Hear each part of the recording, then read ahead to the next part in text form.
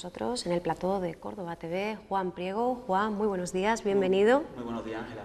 Bueno, Juan, si el otro día hablábamos con José Manuel Morales de ese libro, esa guía secreta de casas encantadas de Córdoba, hoy seguimos paseando por la Córdoba misteriosa, nos adentramos en las rutas que ofrece esta empresa de marketing 2.0 y concretamente hablamos contigo, así que abordamos pues esa ruta de la Crónica Negra. Y es que, aunque como decía José Manuel Cuenca Toribio en el prólogo de Crónica Negra de la historia de Córdoba, antología del crimen, la convivencia de todos los tiempos ha estado ciertamente marcada por el hecho delictivo, lo cierto es que sigue sin ser tan estudiada, tan abordada como debería, ¿no? Y sin embargo suscita muchísimo interés por parte de la gente. Efectivamente, sí, suscita bastante interés primero por el hecho básico de la supervivencia y después también por el morbo.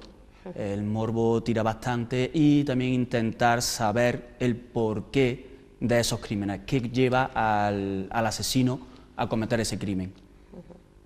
Conocemos una Córdoba distinta, ¿verdad? Esa Córdoba casi diríamos siniestra, truculenta, oscura, porque además el paseo lo hacemos de noche, ¿verdad? Es un recorrido circular, ahora lo conoceremos un poquito mejor, pero si te parece, Juan, podemos empezar por el inicio. ¿Cuál es el germen?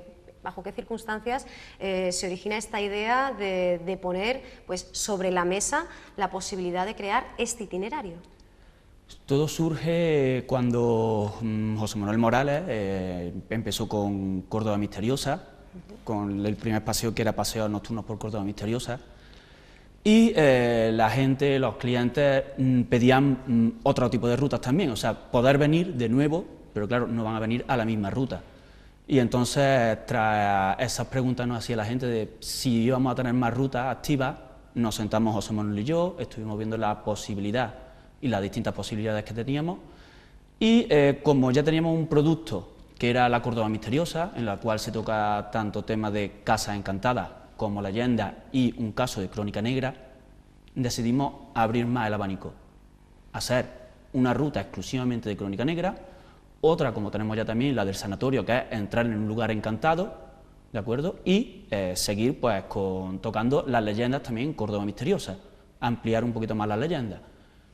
De ahí es donde surgió realmente, empezamos a investigar, empezamos a ver los distintos casos de crónica negra que había en Córdoba y nos sorprendió gratamente porque la verdad es que tenemos historias que nadie conoce, que están totalmente documentadas y bastante interesantes.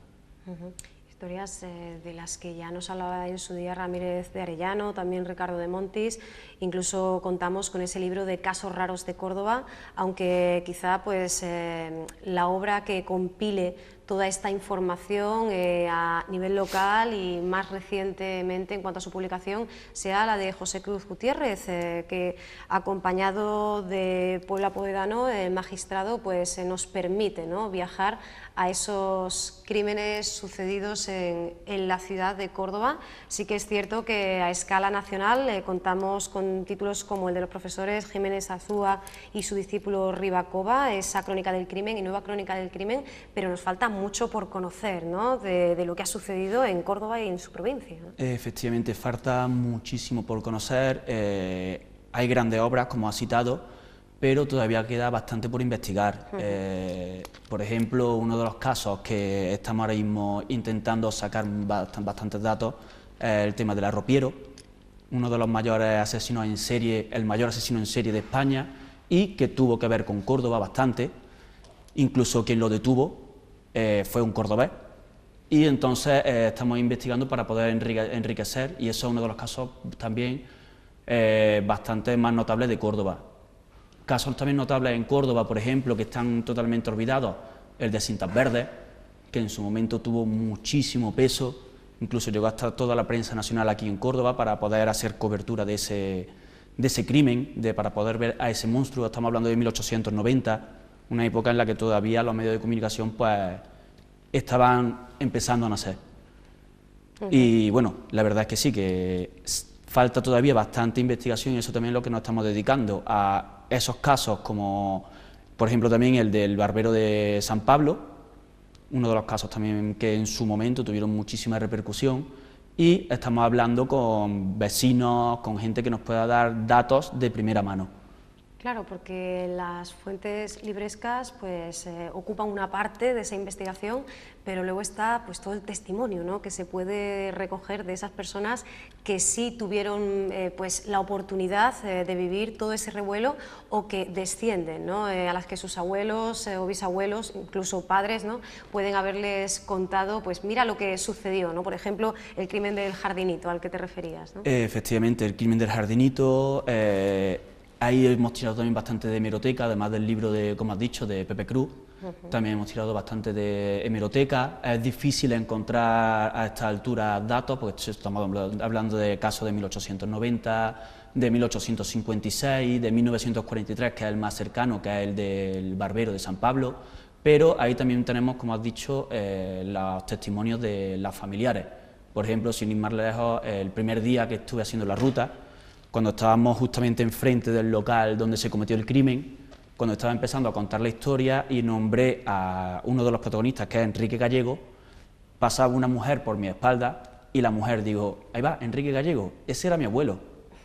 Y se quedó allí la mujer a escuchar la historia y corroboró todo lo que dijimos, incluso después estuve hablando con ella y nos aportó datos bastante enriquecedores para poder ampliar la ruta.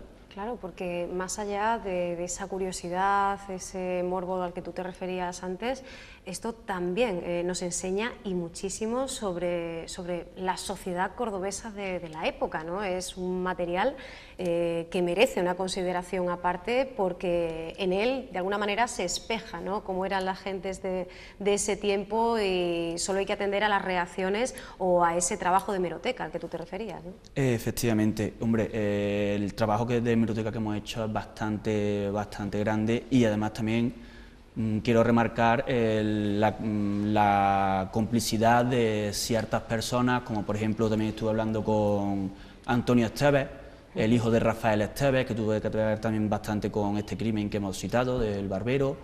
Después haber visitado sitios como el Jardinito, ver el Jardinito desde cerca, que es donde también sucedió el hecho.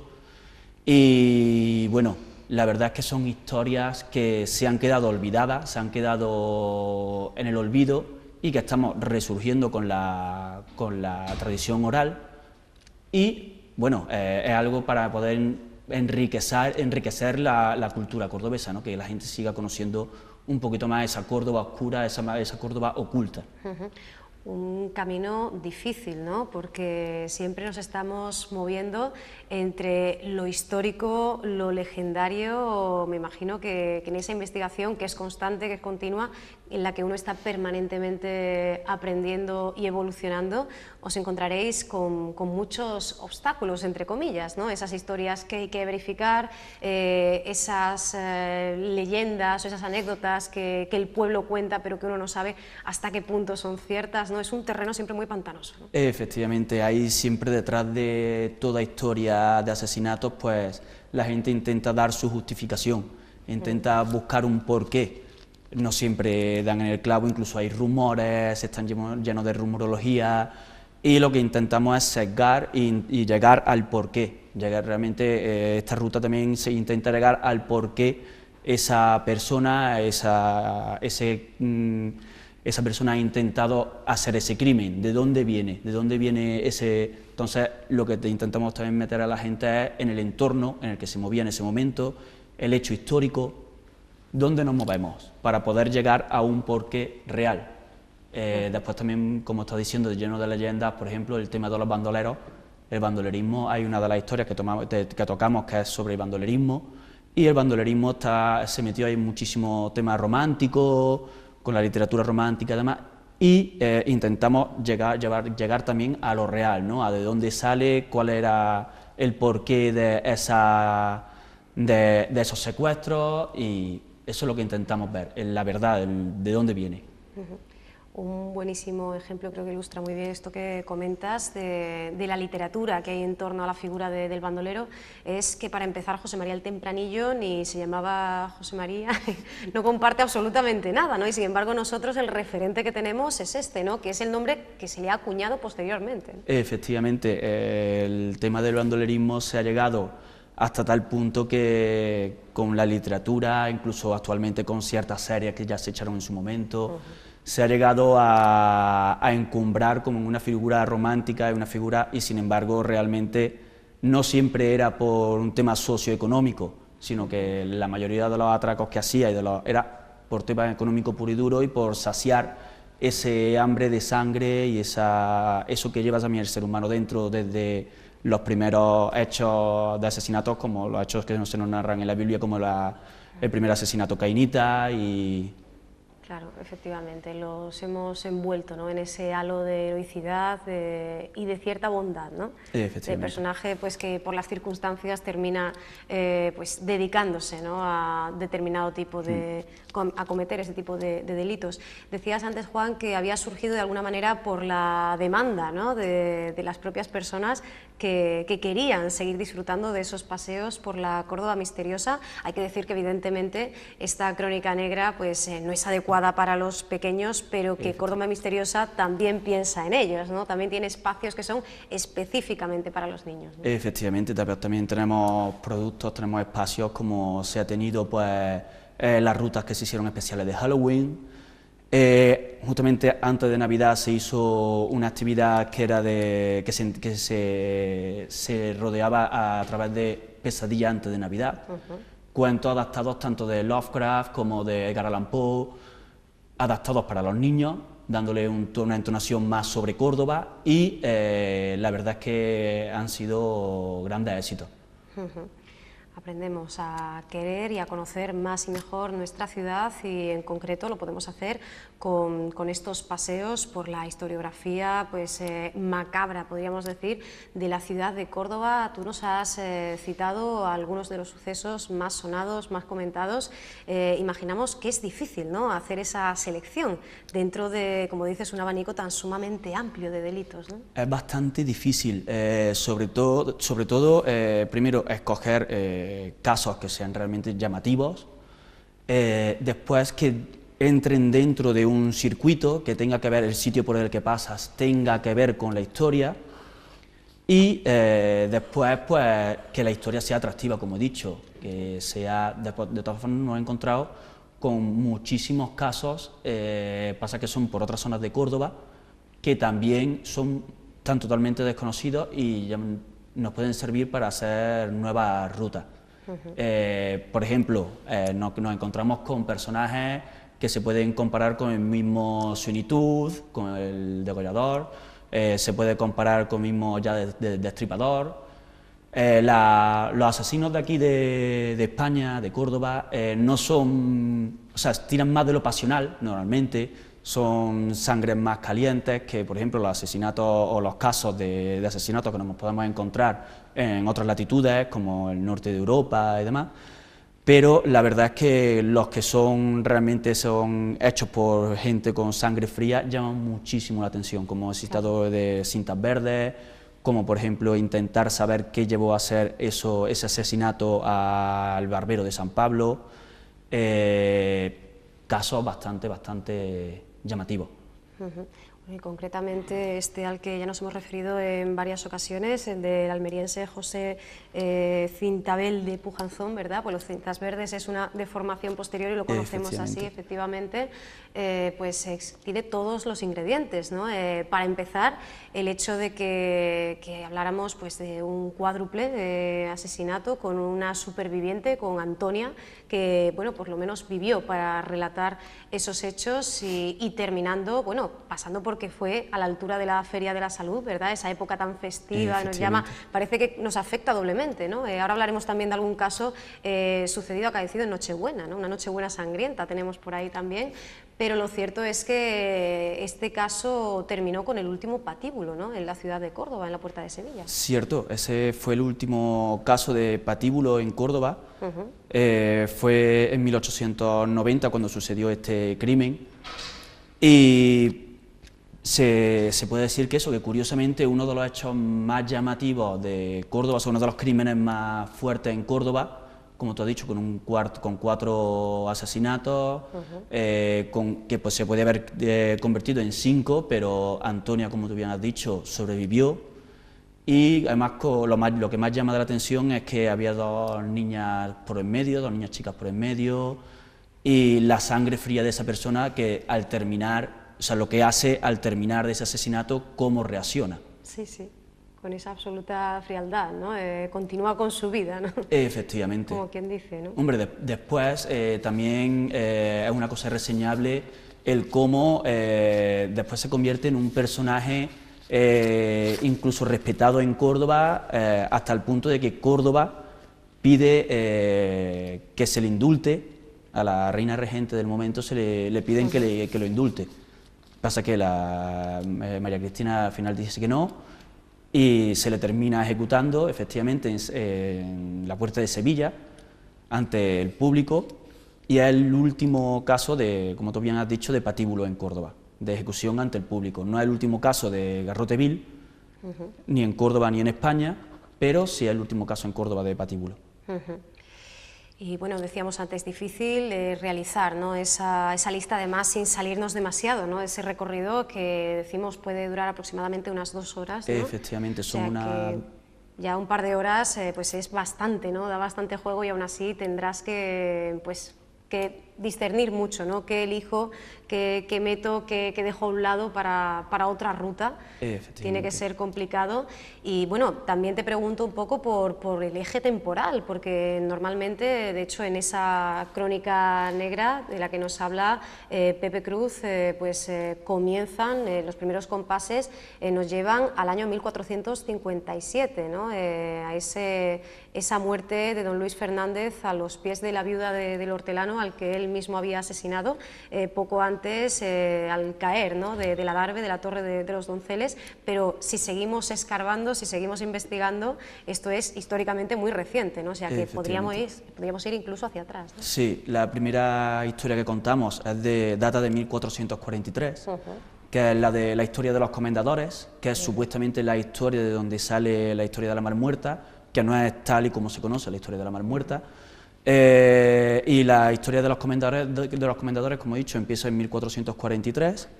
Después la siguiente, históricamente hablando, o sea, cronológicamente hablando, es en 1856. Nos encontramos otra en 1890, otra historia en 1920, y la última, la más reciente, que es cuando ya a la gente se le pone la piel un poquito más de gallina, porque cuando te acercas más a la actualidad es cuando te sueles sentir más identificado y ves que al final el ser humano realmente evoluciona muy poquito ante esos impulsos. Y es en 1943, es la última historia. Entre crímenes, entre asesinatos, homicidios, muchas veces relacionados con el juego, con la vida tabernaria, otras con el honor y la honra, también pues los crímenes pasionales, ¿no?, de los que hemos hablado antes. Ese concepto ya se nos ha quedado un poquito, ¿verdad?, tan obsoleto, pero que por desgracia pues hay tantísimos casos así, e incluso crímenes sin resolver, ¿no? Hay una serie de hechos que ocurrieron hace décadas y de los que todavía sabemos muy poco, ¿no? Hay crímenes de los que se sabe muy poquito, por ejemplo, como has dicho, de crímenes pasionales. El de los comendadores es el primer crimen pasional que está recogido en la historia de Córdoba, que tenemos incluso datos fehacientes de la visita que hizo el protagonista a Juan II para pedir el indulto, ¿de acuerdo? Y esa historia es precisamente un caso de asesinato pasional. Y como decíamos, ¿no?, muchos que nos siguen despertando muchas incógnitas. Ricardo de Montis recogía el caso de aquella mujer francesa pues degollada, ¿no?, que se había encontrado en las vías, ¿no?, del ferrocarril, y un hecho del cual pues todavía no sabemos mucho más, ¿no? Efectivamente, quedan todavía casos por resolver, casos bastante llamativos, incluso la rumorología lo ha ido envolviendo y han ido tapando la realidad de ese caso, el porqué. Y, por ejemplo, el del Barbero de San Pablo, que ya hemos citado aquí algunas veces. Sería el más reciente, ¿no? Es más reciente y, claro, se mezcla con historias. Hay gente que dice que está la masonería metida por medio. Ahí la verdad es que la imaginación cordobesa empezó a volar de una forma bastante curiosa.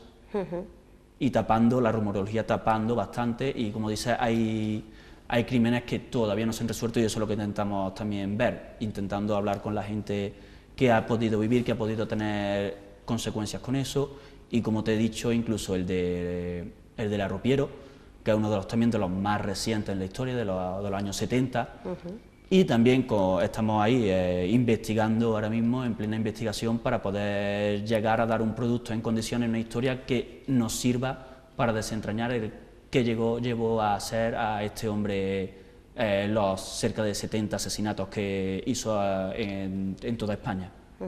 Casi da para una ruta, ¿no?, propia este personaje, ¿no? Efectivamente. Y es que han interesado, más allá de nuestras fronteras, sucesos que han tenido lugar aquí. Antes hablábamos de los comendadores, hay que decir que de ahí extraía Lope de Vega, a través del texto de Juan Rufo, la inspiración, ¿no? Sí. Y también lo hacía Francisco Delicado, nada menos que con la Lozana andaluza. Son muchas las historias que ha dado pie, a las que ha dado lugar cosas que se han vivido aquí en la ciudad de Córdoba. Me imagino, Juan, que esas personas que no dejan de apuntarse con la calurosísima respuesta que ha tenido no solo esta iniciativa empresarial, sino pues su crecimiento en su desarrollo, las diferentes rutas, tendrán muchísimas preguntas que haceros. ¿Cuáles son las cuestiones que más habitualmente os plantean y cuáles son esos pareceres que os pueden proponer en un momento determinado, y de los cuales seguro que surgen en muchas ocasiones ideas para nuevas rutas y para nuevas paradas dentro de esas rutas? Efectivamente, las preguntas que nos suele hacer la gente normalmente las suelen hacer como visitamos varios sitios, vamos andando de un punto a otro. Entre medias yo siempre invito a la gente que viene a la ruta que me hagan preguntas, que me aborden, que si tienen alguna duda yo se las puedo responder. Incluso también les invito a pensar sobre el hecho, ¿no? Y bueno, por ejemplo, el de José Cintas Verdes llama muchísimo la atención el porqué del hecho, el crimen del Jardenito, el de los comendadores también llama bastante la atención el cómo terminó toda la historia. La historia también es una historia de las más bonitas que se cuentan, que es la de Sor Menina de Arnaiz. También la gente suele preguntar pues, datos sobre cómo fue el entierro, cuánta gente, cómo fue la repercusión que tuvo, de dónde viene esa historia realmente. Y la gente sobre todo intenta buscar el porqué y quiere saber el porqué, y es una de las cosas que nosotros le ayudamos a desentrañar, ese porqué de ese crimen.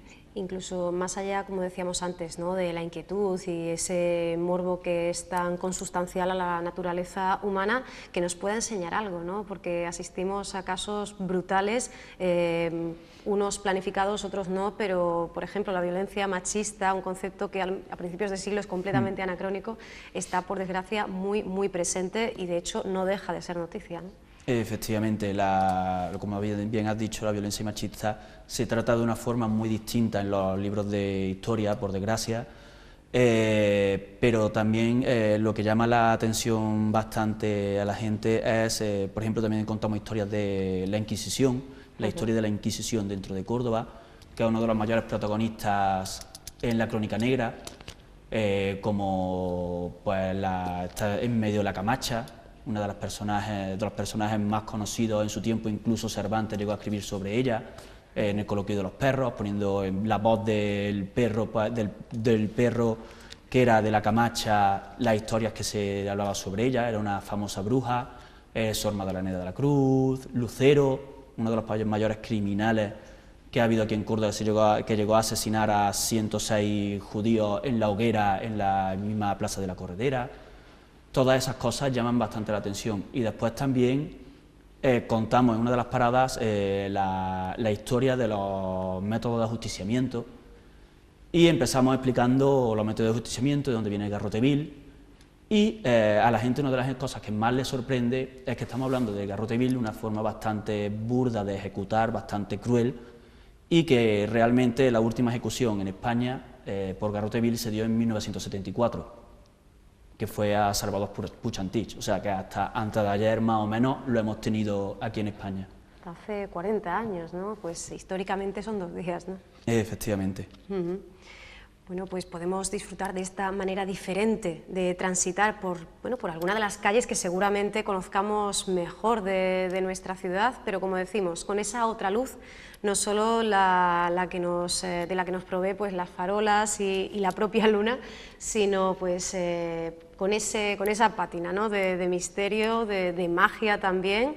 Lo hacemos los viernes a las 9:30 y los sábados a las 9, ¿no? Ahí tenemos una cita con los amantes de la intriga, ¿no?, y de esa otra historia de Córdoba.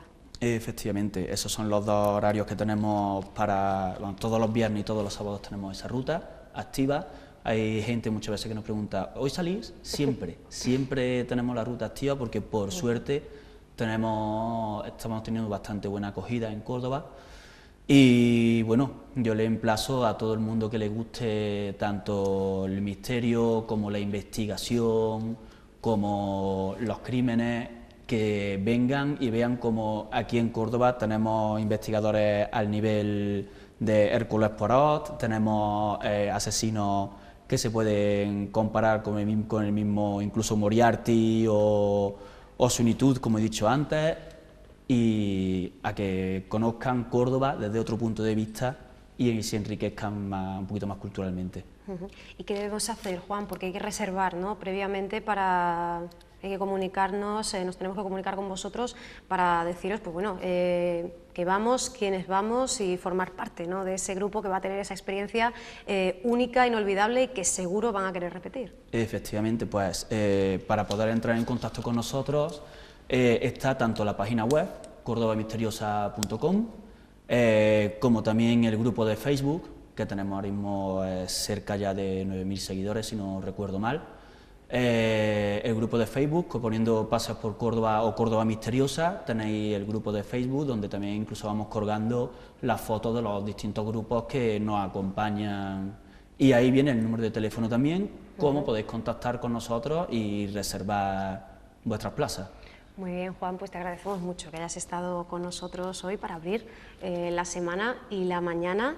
Y bueno, os esperamos, ¿no?, porque en breve podremos contar, ¿no?, con esos paseos por la Córdoba misteriosa aquí en el plató de Córdoba TV, de manera que nuestros espectadores puedan tener pues un pequeño anticipo, ¿no?, de lo que se van a encontrar si participan de estas rutas. Efectivamente, aquí nos habéis emplazado y aquí estaremos. Muchísimas gracias.